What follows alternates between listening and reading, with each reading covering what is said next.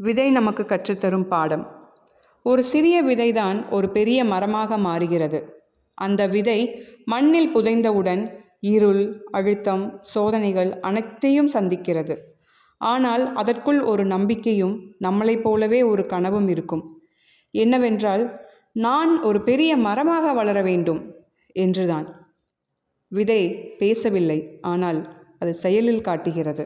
அதே போல நம்மளுடைய வாழ்க்கையிலும் அழுத்தங்கள், சோதனைகள், நெருக்கடிகள், வாழ்க்கையே இருண்டு போகக்கூடிய சூழ்நிலைகள் ஏற்படலாம்.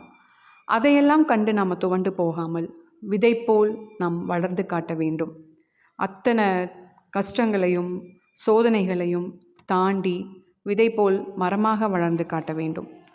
விதை போன்ற கனவுகளையும் முயற்சிகளையும் நாம் மேற்கொண்டால் வெற்றி நம்மிடம்.